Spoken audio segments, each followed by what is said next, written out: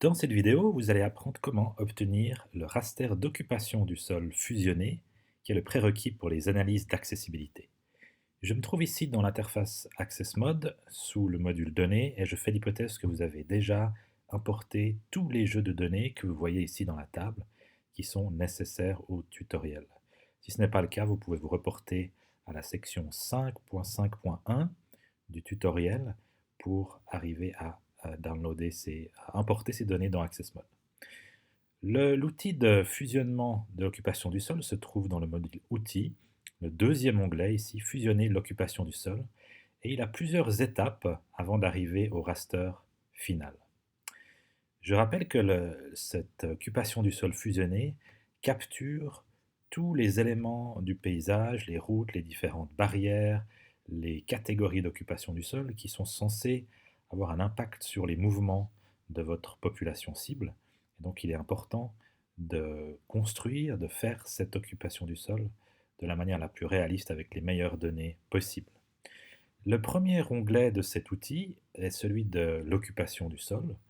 Donc il va simplement s'agir de travailler avec le raster d'occupation du sol que vous avez déjà importé, qui comprend plusieurs catégories, et informer ce raster avec la table d'occupation du sol qui contient la description de chaque catégorie.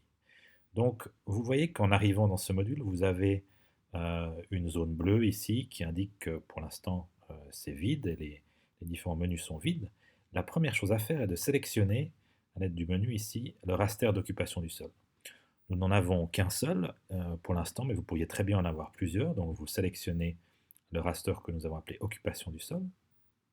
Et puis, vous devez sélectionner en deuxième paramètre la table d'occupation du sol, cette petite table Excel que vous avez également importée auparavant. Et là, je n'en ai également qu'une seule, table occupation du sol, que je sélectionne. AccessMod va vous afficher dans la table du bas ici le contenu de cette table Excel d'occupation du sol. Vous voyez qu'elle n'est constituée que de deux colonnes, la classe et une étiquette qui donne la description de la classe. Vous pouvez maintenant, à l'aide du bouton en haut qui s'appelle Importer les étiquettes du tableau ci-dessous, en cliquant dessus, faire remonter le contenu de la table dans cette table qui est une table dont on peut éditer les champs étiquettes ou les champs labels. Donc si je veux à ce moment-là changer le nom de ce nom qui était dans la table, je peux le faire en mettant simplement par exemple les aires construites. Et c'est ce nom-là qui sera ensuite reflété dans les différentes sorties d'AccessMod.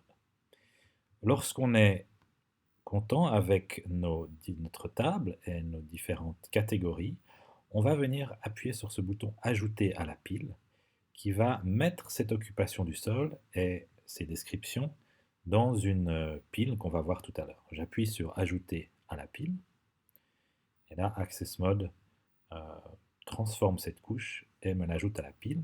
Cette pile en fait se trouve dans l'onglet Fusionnement. Si on va voir maintenant ce qui se passe, je vous l'expliquerai tout à l'heure, on a maintenant cette occupation du sol comme une couche dans cette pile ici. Je reviens à mon occupation du sol, tout a été fait ici, et je passe maintenant à mon deuxième onglet qui concerne les routes. Ici, il va vraiment s'agir de donner à AccessMod une information sur les routes qu'on aimerait utiliser. Et de nouveau, il faut qu'AccessMod connaisse les différentes catégories de routes ainsi que les noms qu'on donne à ces catégories. Donc je commence par sélectionner mon shapefile, mon fichier vectoriel de route. Je n'en ai qu'un dans ce projet, il s'appelle route, le voilà. Et puis vous voyez qu'AccessMod ici essaye d'afficher une partie de la table attributaire de ce shapefile. Le but est qu'il arrive vraiment à faire une correspondance entre une classe de route qui doit être un chiffre entier, une catégorie de route, et puis un nom qui est donné à chacune de ces classes. Et donc les deux paramètres que nous devons choisir, c'est lui indiquer les colonnes de la table attributaire de ce shapefile qui contiennent ces informations. Donc la première de ces colonnes, c'est celle qui est appelée classe N, elle est correcte. La deuxième de ces colonnes, c'est en fait la colonne qui s'appelle label. Et si je la sélectionne ici, vous voyez maintenant dans la table que dans cette colonne label, de la table attributaire, nous avons bien les noms des 3 catégories de routes. J'ai donc 3 catégories, routes principales, secondaires et tertiaires, ici en anglais, qui sont mes 3 routes dans ce fichier. Et ce qui est important ici, AccessMod vous donne cette information, c'est que comme on doit vraiment éviter une collision entre des numéros de classe de route et des numéros de classe de l'occupation du sol, elles ne doivent pas avoir le même numéro puisqu'elles vont se retrouver dans un même raster au final. AccessMod vous dit simplement que il va ajouter un chiffre de 1000 à ces classes pour que nous nous retrouvions à la fin avec des classes de route qui soient 1001, 1002, 1003 et qui soient donc différentes que les classes 1, 2 et 3 qui sont retrouvées dans l'occupation du sol. C'est juste une information. On ajoute donc ces routes à la pile. Et ce que fait AccessMod ici, qui est vraiment intéressant, c'est qu'il va séparer ces différents types de routes, donc ces 3 types de routes, en autant de couches différentes, et nous verrons comment les utiliser plus tard. Si je retourne maintenant dans Fusionnement, je vois bien que j'ai 3 couches additionnelles qui ont été mises dans la pile, qui correspondent à mes 3 types de routes. Il me reste maintenant à aller dans l'onglet Barrières.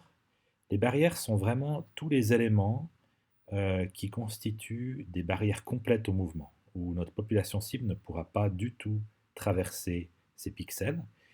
Et vous vous rappellerez que vous avez importé auparavant 2 shapefile barrières, un concernant les rivières et l'autre les zones humides. Donc nous avons ces 2 fichiers barrières à ajouter à la pile, et vous les voyez ici, comme ils ont été importés avec une classe barrière, AccessMod les reconnaît comme tels, et nous les propose dans le menu. Je vais commencer par celui que nous avons appelé barrière, qui était nos rivières. AccessMod me confirme ici que ce sont bien des lignes. Il me donne le nombre de lignes ici, c'est informatif, on ne peut pas changer cette table. Donc tout est OK, et j'appuie sur Ajouter à la pile. AccessMod me constitue une nouvelle couche de la pile qui pourra être fusionnée. Je dois faire la même procédure pour mon deuxième fichier de barrière, qui sont les zones humides, que je sélectionne maintenant. AccessMod me confirme que ce sont des polygones. Il y en a 6 en tout, et je les ajoute à la pile. On peut bien sûr ajouter encore d'autres fichiers barrières. Il n'y a pas de limite à ces couches. Toutes nos différentes couches qui sont prêtes à être fusionnées ont été ajoutées, et donc je me retrouve maintenant dans le dernier onglet, qui est celui qui va permettre d'obtenir notre occupation du sol fusionné. Ce que vous voyez dans la partie de droite ici, donc c'est ce qu'on appelle la pile.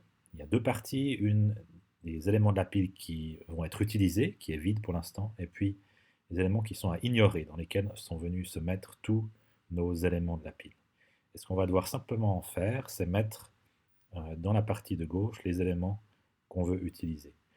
On peut ne pas vouloir utiliser tous ces éléments, par exemple seulement utiliser un type de route, donc on pourrait laisser par exemple les routes tertiaires et secondaires dans la partie de droite. Mais pour l'exercice, on va toutes les mettre.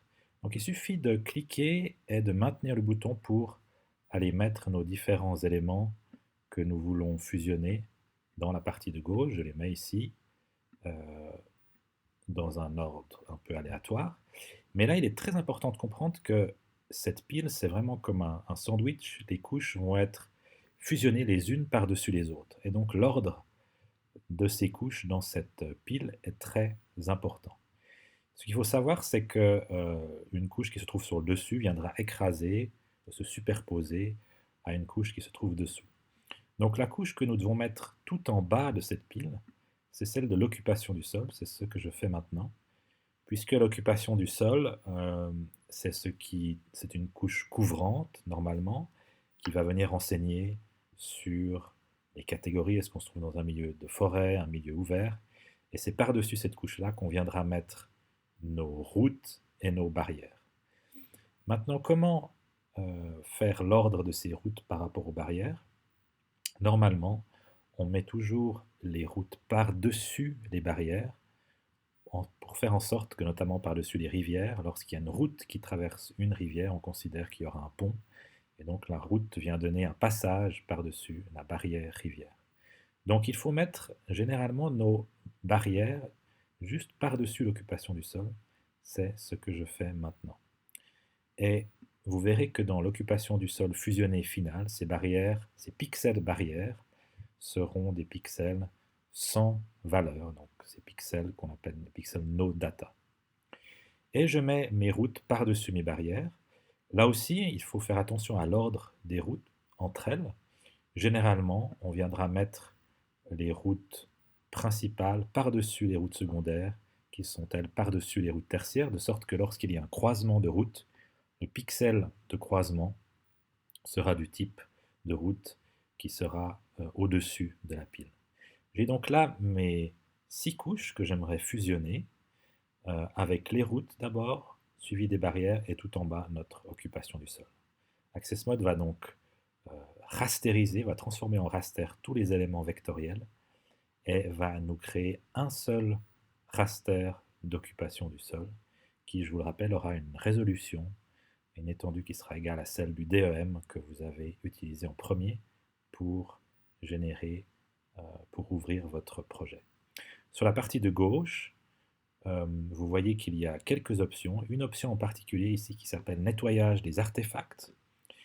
Vous avez plus d'informations sur cette option au chapitre 5.5.2 du tutoriel, mais cette option permet de nettoyer certains artefacts, certains problèmes qui peuvent se passer lorsque, par exemple, une route passe très près d'une rivière, mais ne la traverse pas. Il peut y avoir parfois des faux ponts qui se créent lorsque la carte est rastérisée. Et cette option va éviter ce genre de problème, donc il est conseillé toujours de cocher cette option. Vous avez ici, sous Gérer les éléments de la pile, quelques éléments qui vous permettent d'effacer ou de passer toutes les couches de la pile à gauche dans la pile à ignorer, par exemple. On est prêt à fusionner tous ces éléments. Il nous reste simplement à donner un nom à notre raster de sortie, que je vais appeler occupation du sol fusionné. Et Access Mode ici contrôle ce nom, me dit que tout est OK. Et il ne me reste plus qu'à cliquer sur fusionner les éléments de la pile. Et là, Access Mode rastérise chaque élément, les fusionne et va nous donner en sortie notre carte d'occupation du sol sous format raster qui aura une classe particulière. Et comme vous le verrez quand je vais aller je retourne dans le module données ici, on a cette nouvelle ligne ici, occupation du sol fusionné, qui est le résultat de cette fusion. Et vous voyez que la classe ici est maintenant une classe dédiée qui s'appelle occupation du sol fusionné et qui nous permettra facilement d'aller retrouver et utiliser ce raster dans les analyses. Et ce qui est notre prochaine étape dans la prochaine vidéo.